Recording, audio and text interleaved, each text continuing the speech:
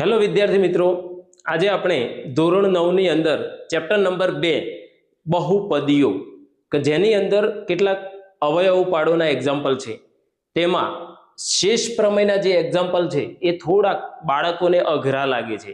તો એ અઘરા લાગતા જે અવયવ પાડોના એક્ઝામ્પલ છે એના આપણે માત્ર 2 જ ઉદાહરણ જોવા જઈ રહ્યા છીએ. મિત્રો 100% હું તમને ગેરંટી આપું છું કે આ બંને દાખલા ગણ્યા પછી તમારો કોઈ પણ પ્રશ્ન રહેશે નહીં અને તમને આ દાખલા આવડી જશે. તો આપણે અહીંયા વિડીયોની શરૂઆત કરીએ છીએ મિત્રો.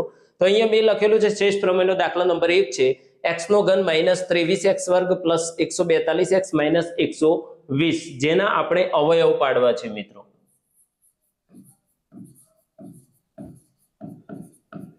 તો સૌપ્રથમ આપણે શું કરીશું? તો સૌથી પ્રથમ આપણે સહગુણકોનો સરવાળો કરીએ છીએ. તો આ જે બહુપદી આપેલ છે એના સહગુણકોનો સરવાળો.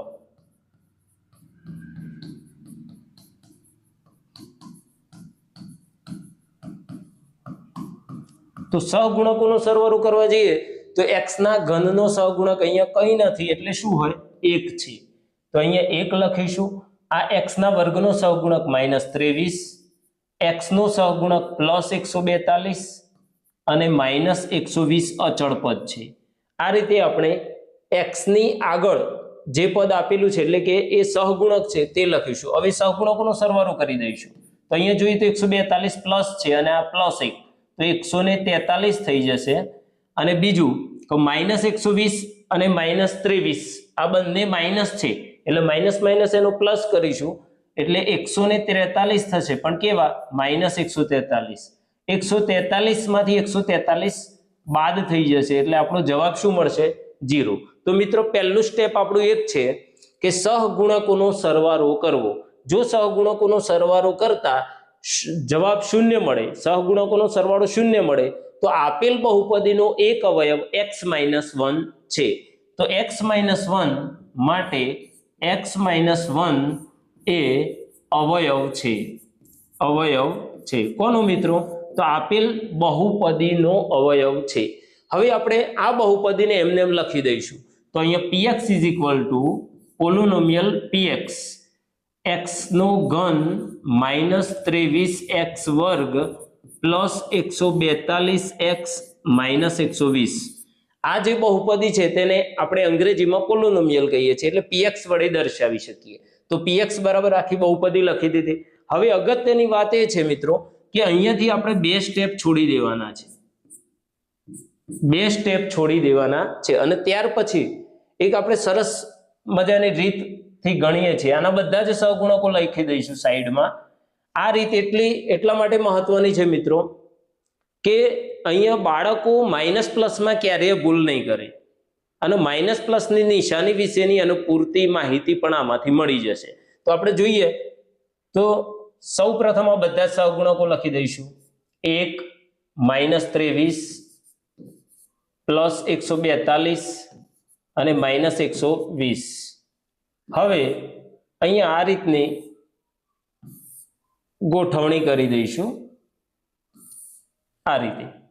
હવે અહીંયા જેમ આ બધા જ સહગુણકો લખી દીધા, અહીંયા અવયવ કયો છે? x-1 છે. જો x-1 અવયવ હોય તો આપણે પ્લસ લખીશું.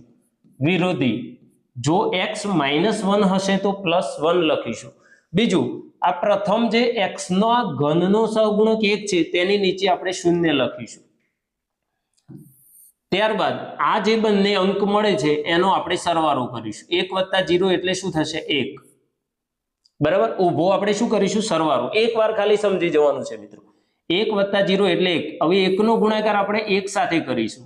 તો 1 × 1 -23 માંથી +1 બાદ કરીશું તો -23. આ બંનેનો સરવાળો કરીએ છીએ, પરંતુ એક -1 પ્લસ હોય તો બાદબાકી થાય. 23 માંથી 1 જશે એટલે કેટલા આવશે મિત્રો?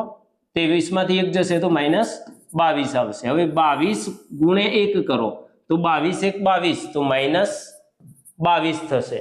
હવે આ બંનેનો પાછો સમ કરીશું, સરવાળો. તો 142 પ્લસ છે એમાંથી -22 નીકળી જશે તો 120 બચશે અને મોટી સંખ્યા આગળનું ચિહ્ન એટલે +120. હવે 120 નો ગુણાકાર ફરીથી આપણે 1 સાથે કરીશું તો 120 × 120 જે પ્લસ આવવાના છે. અને એક પ્લસ અને માઇનસ આ બંનેનો સરવાળો કરીશું તો અહીંયા શૂન્ય મળી જશે. આ રીતે મિત્રો શરૂઆત અહીંયા શૂન્ય હશે તો અહીંયા બંનેનો સરવાળો શૂન્ય મળી જવો જોઈએ, તો આપણે સાચા છીએ એવું કહી શકીએ. હવે થોડુંક ધ્યાન આપીએ તો અહીંયા જે તમને રકમ મળે છે આ 1, તો 1 ની પાછળ આપણે x નો વર્ગ લખીશું અને અહીંયા એક ઘાત ઓછી એટલે x લખીશું. પરંતુ મિત્રો અહીંયા ધ્યાન આપીએ તો આ 1 છે તો અહીંયા x નો ઘન હતો, અહીંયા એક ઘાત ઓછી એટલે x વર્ગ હતો, અહીંયા x હતો એટલે આપણી આ રકમ આપેલી બહુપદી બની જાય. એમાંથી તમે દ્વિઘાત બહુપદી અહીંયા શોધી કાઢી છે અને એક અવયવ તમારો x-1 છે. તો આપણે જો ગણતરી કરવી હોય ત્રીજા સ્ટેપથી તો અહીંયા લખી શકીએ x-1 આપણા જે અવયવ આવ્યો છે તે, અને આ દ્વિઘાત બહુપદી x² -22x અને +120 આ બહુપદીનો x-1 સાથે ગુણાકાર કરવાનો છે, જેના લીધે અહીંયા તમને બંને પદ મળી જાય. તમે મિત્રો આ બંને પદ ન લખો અને આ દ્વિઘાત બહુપદીના અવયવ પાડી અને સીધો પણ જવાબ લખી શકો છો, પણ હું તમને એ બતાવવા માંગુ છું કે આ પદ કેવી રીતે આવે છે. તો x-1 3, અહીંયા x ની મહત્તમ ઘાત 3 છે, તો આગળના સ્ટેપની અંદર આપણે રિવર્સમાં જવું છે. x-1 છે તો અહીંયા થોડીક જગ્યા છોડી x-1 અને x-1 લખી દઈશું. રેડી? કેમ 3 વખત લખીએ? મહત્તમ ઘાત 3 છે એટલે 3 વાર અવયવ લખી દેવો x-1. હવે આ જે દ્વિઘાત બહુપદી મળી છે એમાંથી x નો વર્ગ અહીંયા લખીશું, -22x અહીંયા લખીશું, -22x અને અહીંયા +120 લખીશું આ રીતે. હવે એનો પાછો ગુણાકાર કરીશું તો આ x ના વર્ગનો ગુણાકાર કરીએ તો x નો ઘન મળી જશે, અને અહીંયા ગુણો તો -x વર્ગ થશે, અહીંયા +22x નો વર્ગ -22x નો વર્ગ અને માઇનસ પ્લસ 22 1 22x અને +120x અને -120, તો અહીંયા -120 મળી જશે. આ રીતે આ બધા જ સ્ટેપ તમે એક પણ -+1 ની ભૂલ વગર સારી રીતે ગણી શકો છો મિત્રો. હવે અહીંયા આના માત્ર અવયવ પાડવાના રહે છે x-1. x ના વર્ગનો સહગુણક 1 છે એટલે આપણે ડાયરેક્ટ 120 ગુણ્યા 1 કરવા પડે, તો 120 ના એવા ભાગ પાડીશું કે જેથી 22 મળી જાય. તો અહીંયા શું કરીશું આપણે 10, આ 12 છે અને અહીંયા 10, 12 દાન 120 થઈ જશે. 12 દાન 120, અહીંયા માઇનસ કેવા લાવવા છે? 22. મેં તમને ઘણી વખત કહ્યું છે કે અહીંયા પ્લસ હોય એટલે આ બંને પદ પ્લસ આવે કો તો બંને માઇનસ આવશે, બરાબર? તો અહીંયા આપણે શું લાવવું? મોટી સંખ્યાને અહીંયા માઇનસ આપી દઈએ. 22 ના આગળ શું છે? માઇનસ, તો મોટી સંખ્યાને માઇનસ, અહીંયા પ્લસ છે તો બંને માઇનસ આવશે એટલે -22 થઈ જશે. એટલે કહેવાનો મતલબ એ છે કે -12 -10 તો શું થશે? -22. પણ -12 અને -10 નો ગુણાકાર કરશો તો માઇનસ પ્લસ 12 દાન 120, તો +120 હોવા જોઈએ, છેલ્લે પદ પ્લસ હોવું જોઈએ. એટલે આના x ના વર્ગનો સહગુણક 1 છે એટલે ડાયરેક્ટ અવયવ લખી દઈશું x-12 અને x-10. આ રીતે એના 3 અવયવ આપણે શોધી શકીએ છીએ મિત્રો. અહીંયા મેં તમને વ્યવસ્થિત સમજાવવા માટે થોડોક દાખલો લાંબો કર્યો છે. બાકી મિત્રો મેં તમને કહ્યું કે આ બંને સ્ટેપ જો તમે ન લખો અને સીધા જ x-1 અને આ દ્વિઘાત બહુપદી લખી દ્વિઘાત બહુપદીના અવયવ લખી દો તો પણ ચાલી શકે છે મિત્રો. હજુ આપણે એક અલગ પ્રકારનો દાખલો જોઈએ કે જેની અંદર x+1 અવયવ આવે. તો આપણે નેક્સ્ટ એક્ઝામ્પલ જોઈશું. તો જોઈએ, અહીંયા છે રકમ છે x નો ઘન +13x² +32x +20. બહુ જ અગત્યનો દાખલો છે. અહીંયા દરેક પદ પ્લસ છે મિત્રો, એટલે સહગુણકોનો સરવાળો ક્યારેય શૂન્ય થશે નહીં. આપણને તાત્કાલિક ખબર પડી જાય, બરાબર? સહગુણકોનો સરવાળો શૂન્ય થશે નહીં એટલે x-1 અવયવ નથી. તો શું કરવાનું? તો એકી ઘાત વાળા સહગુણકોનો સરવાળો, એકી ઘાત વાળા સહગુણકોનો સરવાળો કરીશું. એકી ઘાત ક્યાં ક્યાં છે? તો અહીંયા x ની 1 ઘાત છે, x ની 3 ઘાત છે. એના સહગુણકો કયા? તો 1 અને 32. તો 1 + 32 તો કેટલા થશે? 33 થશે.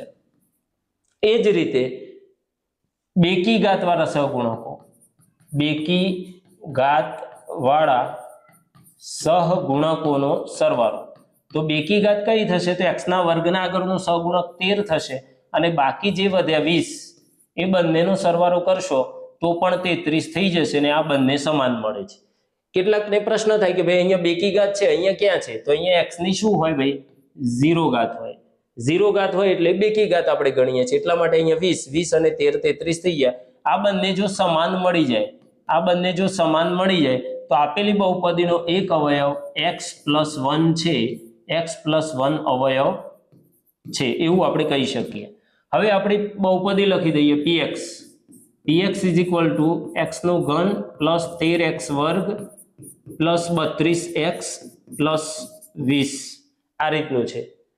હવે ફરીથી પેલી જે રીત હતી એ પ્રમાણે 1 પછી 13 પછી 32 અને 20 બધા જ પદ કેવા છે ભાઈ? પ્લસ છે. તો આપણે આ રીતે કોષ્ટક તૈયાર કરી દઈશું. હવે ત્યારબાદ જોઈએ તો અહીંયા x+1 આવે છે, તો આપણે અહીંયા શું લખ્યું? સૌથી આગળ -1 લખવા પડશે મિત્રો. આ ખાસ અગત્યની વસ્તુ છે.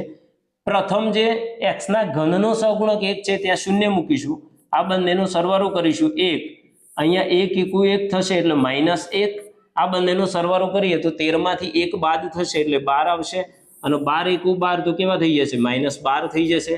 હવે આ 32 માંથી આપણે 12 ને બાદ કરવા પડશે, એક પ્લસ ને એક માઇનસ છે, તો આપણને મળશે 20 +20 મોટી સંખ્યા આગળનું ચિહ્ન, અને 20 * 1 20 આ કેવા? 20 -20. અહીંયા +20 હોય તો -20 આવી જ જાય મિત્રો. આ બંનેનો સરવાળો કરવા જશો તો અહીંયા 0 મળશે. હવે તમને ખ્યાલ આવી ગઈ છે x² અને x એટલે આપણી આ દ્વિઘાત બહુપદી શોધવા માટે જ આપણે પ્રયત્ન કરી રહ્યા છીએ. સીધું જ અહીંયા તમારે લખી દઈએ આપણે કે એક અવયવ x-1 છે અને બીજો અવયવ આપણો x² પ્લસ 12x પ્લસ 20 છે. સીધું જ. હવે હું પેલા બે પદ કટ કરી દઉં છું. હવે 20 ના ભાગ પાડી અને આપણે કેટલા લાવવા છે? 20 ના ભાગ પાડી અને 12 લાવવા છે, બરાબર? તો 20 એટલે 20 ના ભાગ પાડી અને 10 × 2 કરી દઈએ, 10 દુ 20 થઈ જશે, અને અહીંયા 12 લાવવા છે તો પ્લસ પ્લસ, બધા જ પદ પ્લસ છે એટલે 10 ને 2 12 પણ થઈ જશે. તો સીધા જ આપણે x-1 અને આ બંને અવયવો x-+10 અને x+2 આ રીતે આપણે ત્રણેય અવયવ આપેલ બહુપદીના શોધી શકીએ છીએ મિત્રો. અહીંયા મેં બે સ્ટેપ આ દાખલામાં કટ કરે છે, પણ અગાઉ મેં જે દાખલો ગણાવ્યો એ પ્રમાણે તમે એ સ્ટેપ આરામથી લખી શકો છો, અને આ દાખલાની અંદર બધે જ પ્લસ છે એટલે કોઈ પ્રશ્ન છે નહીં મિત્રો. જો આ દાખલો દરેક મિત્રોને આવડશે એની ગેરંટી આપું છું, અને ન આવડે તો ફરી એકવાર જોઈ લેજો અને બીજા આવા દાખલા ગણવા માટે પ્રેક્ટિસ કરજો. ધન્યવાદ. Thank you.